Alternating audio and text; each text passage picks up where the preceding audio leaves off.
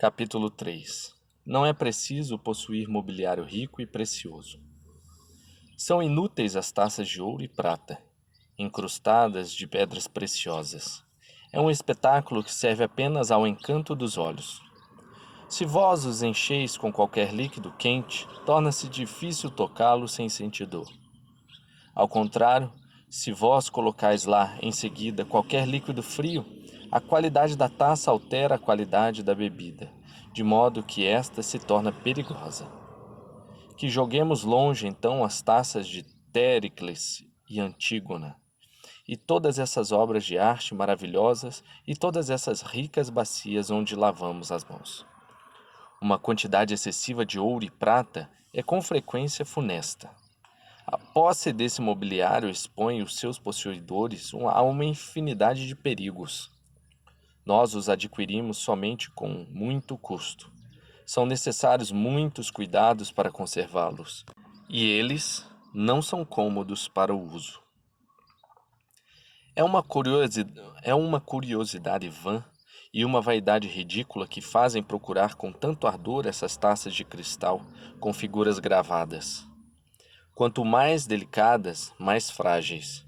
Bebemos nelas somente com temor. As leis sãs deveriam bani-las do comércio e impedir seu uso em absoluto.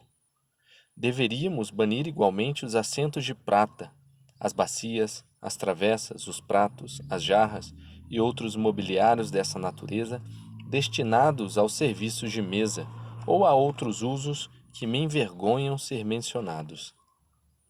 Todos esses tripés de cedro, ébano, marfim, enriquecidos de ouro com tanta habilidade e com figuras tão bem talhadas, esses tapetes púrpuros ou de outras cores preciosas que raramente encontramos e que compramos com tanto esforço, todos esses sinais de uma voluptuosidade requintada, próprios apenas a alimentar a indolência e a suscitar a inveja e o ciúme.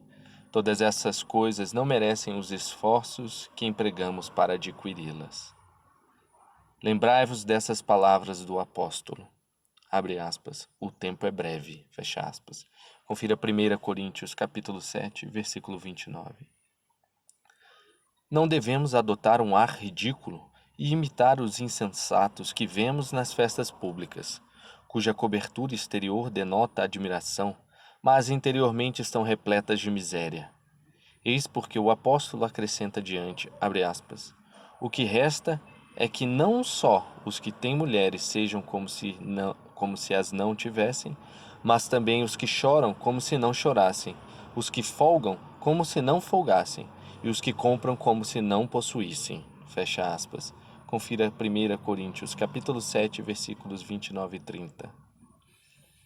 Se o apóstolo fala assim do casamento, sobre o qual Deus declarou, abre aspas, crescei e multiplicai-vos, fecha aspas, confira Gênesis capítulo 1, versículo 28, e também capítulo 8, versículo 17, e capítulo 9, versículos 1 a 7.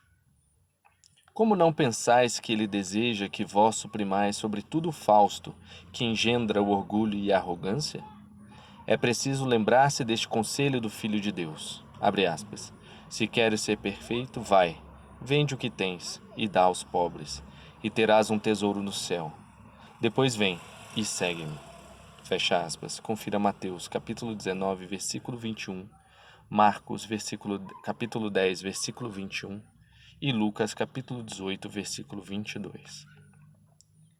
É preciso despojar-se da arrogância para estar em condições de seguir a Jesus Cristo. É preciso renunciar à pompa exterior, que dura apenas um momento, para pegar-se aos bens sólidos e verdadeiros que são eternos. A fé que nos faz crer na existência de Deus e na paixão de Jesus Cristo. A caridade para com o próximo, essas riquezas tão preciosas e reais.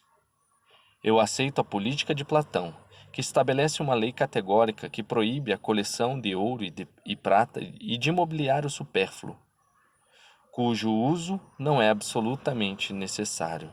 Nota. Confira Platão, As Leis, número 7, 80. E número 5, página 742. e 746. De modo que o mesmo objeto sirva a diferentes usos e a multiplicidade de posses seja eliminada. A Sagrada Escritura dirige estas palavras aos orgulhosos e cheios de complacência por si mesmos, abre aspas. Onde estão os príncipes das gentes e os que dominam sobre os animais que estão sobre a terra? Os que brincam com as aves do céu? Os que entesouram prata e ouro, em que confiam os homens e cujos esforços para adquiri-los não têm fim? Os que lavram a prata e andam fatigados, não pondo termo às invenções de suas obras? Foram todos exterminados, e desceram aos infernos, e outros se levantaram em lugar deles. Eis a recompensa da sua arrogância e do seu orgulho. Se necessitarmos de um arado e de uma enxada para trabalhar a terra, não pensaremos em adornar esses instrumentos com ouro e prata. Servimo-nos de materiais mais simples, porém mais úteis ao nosso propósito. Por que não fazemos o mesmo com o mobiliário doméstico? É preciso considerar apenas a sua utilidade, não a sua magnificência. Pensais, eu vos rogo, que uma faca de mesa não corta se ela não for adornada de prata e feita de marfim? Seria preciso ir até as Índias procurar metais para trinchar nossa carne? Se a bacia na qual lavamos as mãos é feita de barro, elas ficarão menos limpas? Se a água na qual lavamos nossos pés estiver em um recipiente do mesmo material, ela não limpará tanto. Seria possível servir dignamente pão comum e barato em uma mesa com pés de marfim? Uma luminária feita por um oleiro ilumina menos do que uma feita por um ourives? Deitamo-nos tão comodamente em um leito simples e modesto, tanto em um pomposo, reluzindo a marfim. Os cobertores feitos de lã de ovelha e pelo de cabra aquecem o suficiente. Por que o desejo de comprar cobertores e tapetes de púrpura escarlate? Que ilusão, que aparência enganosa de beleza e honestidade nós compramos, ao ponto de preferir a frugalidade santa. Que ilusão, que aparência enganosa de beleza e honestidade nós compramos, ao ponto de preferir a frugalidade santa esses prazeres que não são tão funestos, que nos são tão funestos. O Filho de Deus usou um prato feito de material muito vil para a ceia, que ele serviu aos seus discípulos. Fez estes assentarem-se no chão, lavou seus pés e limpou-os com um pano grosseiro. Deus sem fausto e sem orgulho, embora tenha sido o Criador e Mestre de todas as coisas, não trouxe do céu uma bacia de ouro. Ele pediu de beber à samaritana, que tirou a água de um poço com um recipiente de barro, e sem exigir uma preciosa taça de ouro. Ele nos ensina, com o seu exemplo, a beber sem ostentação. Seu escopo era estabelecer o uso útil de cada coisa, e não uma magnificência excessiva e vazia. Ele bebia e comia nos banquetes, mas não escavava a terra à procura de ouro e prata para produzir taças magníficas, que exalam continuamente a oxidação e o odor do metal do qual foram feitas. Para dizer tudo em uma palavra, os alimentos, os hábitos, os objetos dos quais nos servimos e a vida que levamos devem estar relacionados ao estado e à possessão de um verdadeiro cristão, além de consoantes à pessoa, sua idade, condição e emprego do tempo. Já que somos todos ministros do mesmo Deus, é necessário que nosso mobiliário e todas as nossas posses carreguem o caráter de uma vida honesta e frugal, e que cada fiel em particular, por uma conduta regrada e uniforme, faça conhecer a força da fé e da esperança que nele se agita.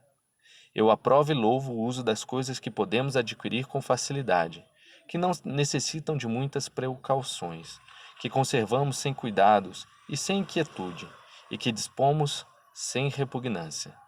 As mais úteis são as melhores. As mais vis e que exprimem uma grande frugalidade são preferíveis às raras e preciosas. Enfim, as riquezas das quais abusamos com tanta frequência são o instrumento de todo tipo de vício. Elas cegam aqueles que as possuem e fecham-lhes a entrada do céu. porque a abundância e os prazeres dos quais eles gozam inspiram-lhe arrogância e orgulho.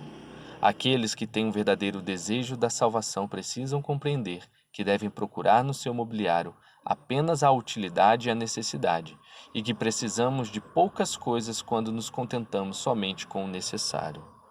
É uma vaidade absoluta servir-se apenas de mobiliário rico e precioso, ou acumulá-los pelo prazer de possuí-las, e o embaraço de guardá-los sem nunca utilizá-los.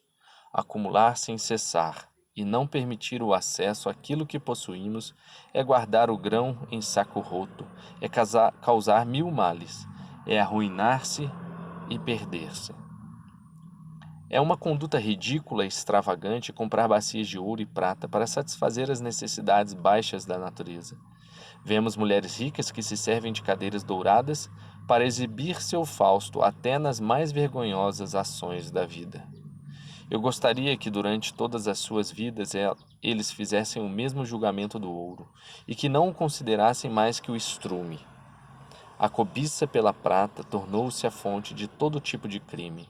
O apóstolo afirma que a cupidez é a raiz de todos os males, abre aspas, porque a raiz de todos os males é a avareza, a qual, cobiçando alguns, desencaminharam-se da fé e se enredaram em muitas dores.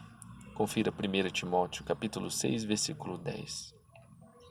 As verdadeiras riquezas são as mortificações das paixões, a grandeza da alma, o pouco de complacência que temos pelos bens que possuímos e o desprezo que lhes dedicamos. É ridículo glorificar os objetos belos. Por que ter tanto zelo por coisas que qualquer um pode comprar no mercado? Não podemos adquirir a sabedoria a peso de ouro e prata. Não é no mercado, mas no céu que ela se encontra. E o Verbo imortal é a única moeda que é preciso dar em troca.